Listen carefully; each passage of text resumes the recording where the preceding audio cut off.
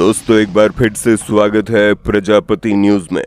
हिंदू हो या मुसलमान, हर कोई आज जमकर मांस मछली खाता है, लेकिन जब बात गाय के मांस की आती है तो एक सच्चा हिंदू कभी भी इसे खाना तो दूर की बात है, इसके बारे में सोच भी नहीं सकता। हर किसी को पता है कि सनातन धर्म में गाय को नुकसान पहुंचाना पाप है, लेकिन क्या आपको ये पता है कि ऐसा क्यों है? क्यों गाय का मांस खाना हिंदू धर्म में सबसे बड़ा पाप समझा जाता है? और अगर इसे कोई खाता है तो ईश्वर उसकी कोई भी मनोकामना पूरी नहीं करता। आज की इस वीडियो में मैं यानी आपका दोस्त विशाल प्रजापति आपके इन सभी सवालों के जवाब देने वाला हूँ। बस मेरे साथ वीडियो के बिल्कुल अंत तक बने रहिए। लेकिन हाँ, वीडियो शुरू करने से पहले एक छोटी सी रिक्वेस्ट है। वीडियो के नीचे रेड कलर का सब्सक्राइब बटन दिख रहा होगा, उस पर क्लिक करके सब्सक्राइब कर लें और साइड में बेल आइकॉन भी दिख रहा होगा, उस पर भी क्लिक कर लें ताकि आपको वीडियो मिले सबसे पहले। दोस्तों, हिंदू धर्म में गाय को माता का दर्जा दिया गया है। गाय को देखते ही लोग अपने हाथ जोड़ लेते हैं, जिसका सबसे बड़ा कारण है कि जब भगवान ब्रह्मा ने सृष्टि की रचना की थी तब उन्होंने पृथ्वी पर सबसे पहले गाय माता को ही भेजा था। पृथ्वी पर आने के बाद से ही गाय के भीतर अन्य जीवों को बच्चों के सामान पालने का भाव भरा हुआ था, जिसके बाद गाय ने अपने पौष्टिक दूध और अपने प्यार से इंसानों का पोषण शुरू कर दिया और यहीं से गाय को एक जीव की जगह एक माता का स्थान दिया गया। ऐसे में कोई अपनी ही माँ का मांस खाकर भला कैसे अपना पेट भर सकता है?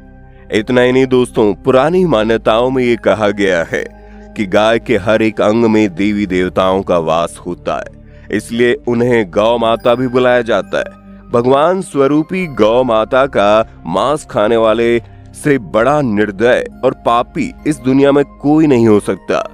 आपको बता दे कि इस पृथ्वी पर गौ मांस खाने वाले पर सिर्फ कानूनी शिकंजा कसा जाता है, लेकिन ऐसे इंसान जब मौत को प्यारे होते हैं तो उन्हें कठोर नरक की यातनाओं को सहना पड़ता है। गाय के मांस का सेवन करने वाले इंसान को स्वर्ग जाने का अधिकार नहीं होता, फिर चाहे वो कितनी भी अच्छाइयां क्यों ना कर ले। अगर एक बार उसने गाय का मांस खा लिया तो वो नरक का भोगी बन जाता है। और फिर गाय का मांस खाने वाले इंसान जब नरक में पहुंचते हैं तो सबसे पहले उन्हें आग की नदी में झोंक दिया जाता है। उन्हें वहां तब तक रखा जाता है जब तक वो बेहोश नहीं हो जाते, लेकिन ये सिर्फ उनकी सजा की शुरुआत होती है।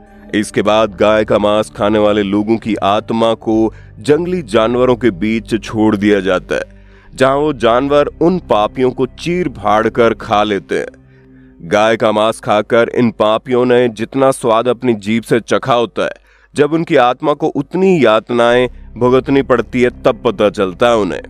आपको बता दें, मनुष्य योनि सबसे श्रेष्ठ योनि मानी जाती है और इस योनि में जन्म लेने के लिए एक आत्मा को कई सारी योनियों से होकर गुजरना पड़ता है। लेकिन अगर इंसान के जन्म के बाद भी किसी के अंदर मानवता नहीं जागती और वो जानवरों को मारकर जब उसका मांस खाता है तो भगवान उन्हें करोड़ों वर्षों तक माफ नहीं करते, और जब तक भगवान की माफी नहीं मिलती तब तक उस आत्मा को फिर से मनुष्य का जीवन प्राप्त नहीं होता।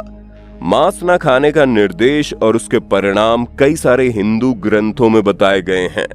महाभारत के कई श्लोकों में मांस खाने के पाप का वर्णन किया गया है। कहा गया है, जो व्यक्ति दूसरों के मांस को खाकर अपना मांस बढ़ाना चाहता है, उससे बढ़कर नीच और निर्दय मनुष्य नहीं हो सकता। मांस ना तो घास से, ना तो लकड़ी से, ना पत्थर से पैदा होता है, बल्कि मांस सिर्फ और सिर्फ किसी प्राणी की हत्या करने पर ही मिलता है। इसलिए मांस खाने में दोष है। स्कंद पुराण में कहा गया है कि जो मनुष्य मांस और मदिरा का सेवन करते हैं उनकी पूजा को भगवान शिव कभी भी स्वीकार नहीं करते। अगर किसी मनुष्य ने गाय के मांस का सेवन किया हो तो ऐसे मनुष्य को ना तो इस पृथ्वी पर सुकून मिलता है, ना ही मृत्यु के बाद दूसरे लोक में उनकी आत्मा को शांति मिलती है। बात अगर वराह पुराण की करें तो वहां पर भगवान विष्णु के वराह अवतार ने कहा है, जो भी मनुष्य मांस खाता है मैं उसकी पूजा को कभी स्वीकार नहीं करता हूँ। वो मनुष्य चाहे लाख यज्ञ और तप कर ले, मैं उसे अपना भक्त नहीं मानता। मैं ऐसे इंसान की धन संपत्ति और सुकून को भी छीन लेता हूँ, क्योंकि किसी जीव को मारकर उसके मांस का सेवन करना एक घोर अपराध है। इसके साथ ही भगवान श्री कृष्ण ने भागवत गीता में भी मनुष्य के खान पान के बारे में बताया है। जहां साफ साफ मांस को खाना मनुष्य के पतन का कारण बताया गया है। भगवान श्री कृष्ण कहते हैं कि मांस एक तामसिक भोजन है और इसका सेवन करने से मनुष्य की बुद्धि क्षीण हो जाती है। इसके बाद वो धर्म के रास्ते पर निकल पड़ता है और अपराध में लिप्त होने लगता है। हालांकि कुछ लोगों का ये भी मानना है कि वेद मनुष्य को मांस खाने की इजाजत देते हैं। अगर आपने भी इस तरह की बातें सुनी होंगी तो दोस्तों ये सरासर गलत है, क्योंकि वेदों का सार ही भागवत गीता को माना गया है और भागवत गीता में मांस खाना पूरी तरह से वर्जित बताया गया है। वेदों में तो ये भी कहा गया है कि जो मनुष्य नर, अश्व या किसी अन्य पशु का मांस खाता है या फिर गाय की हत्या करके लोगों को दूध आदि से वंचित करता है तो उससे बड़ा पापी इस सृष्टि में हो नहीं सकता। वेदों के अनुसार मनुष्य के लिए सात्विक भोजन यानी कि फल, सब्जी, दाल वगैरह ही सबसे उच्च भोजन होता है, जिनका सेवन मनुष्य के स्वास्थ्य के लिए, उसकी बुद्धि के लिए, उसके कर्म के लिए सबसे अच्छा माना जाता है। वैसे इन सब के अलावा भारत में गाय का मांस ना खाने के पीछे एक बड़ा कारण ये भी बताया गया है कि हरित क्रांति से पहले भारत में भीषण अकाल पड़ता था। खेत बंजर पड़े रहते थे। पिछले साल से बचत में रखा हुआ थोड़ा बहुत अनाज से ही घर परिवार चलता था। उन दिनों लोगों के पास 100 से 200 गाय और अन्य पशु हुआ करते थे। अकाल के दिनों में गाय के दूध से ही पूरा परिवार का लालन पालन और गुजर बसर चलता। दूध, दही, छाछ, मक्खन और देशी घी भी एक तरह का जीवन रक्षक आहार और पोषण होता। गाय को एक तरह से अन्नपूर्णा माता ही कहा जाता है। और भला कोई अपनी अन्नपूर्णा माता को मारकर उसका सेवन करता है क्या? इसी वजह से आज भी हमारे पूर्वज घर के पशुओं को परिवार का सदस्य ही मानते थे। कोई भी मनुष्य अपने परिवार को काटेगा नहीं। अगर गाय दूध देती है तो बैल खेत जोतते हैं। दोनों मनुष्य का पेट ही भरते हैं। समय बदल गया है, अनाज भरपूर मात्रा में उपलब्ध है। लोग पहले जैसे अधिक पशु नहीं पालते, किंतु पशुओं के प्रति हमारी भावनाएं आज भी उतनी ही करुणामय है।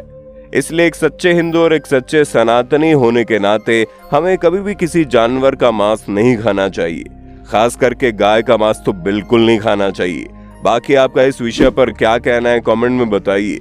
और इसी तरह की वीडियोस को देखते रहने के लिए चैनल को सब्सक्राइब करना ना भूलें। और हाँ, हम फिर मिलेंगे नए वीडियो में। तब तक के लिए जय हिंद, जय भारत।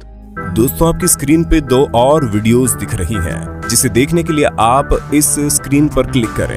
दोनों देखिएगा, बहुत अच्छी वीडियो बनी है।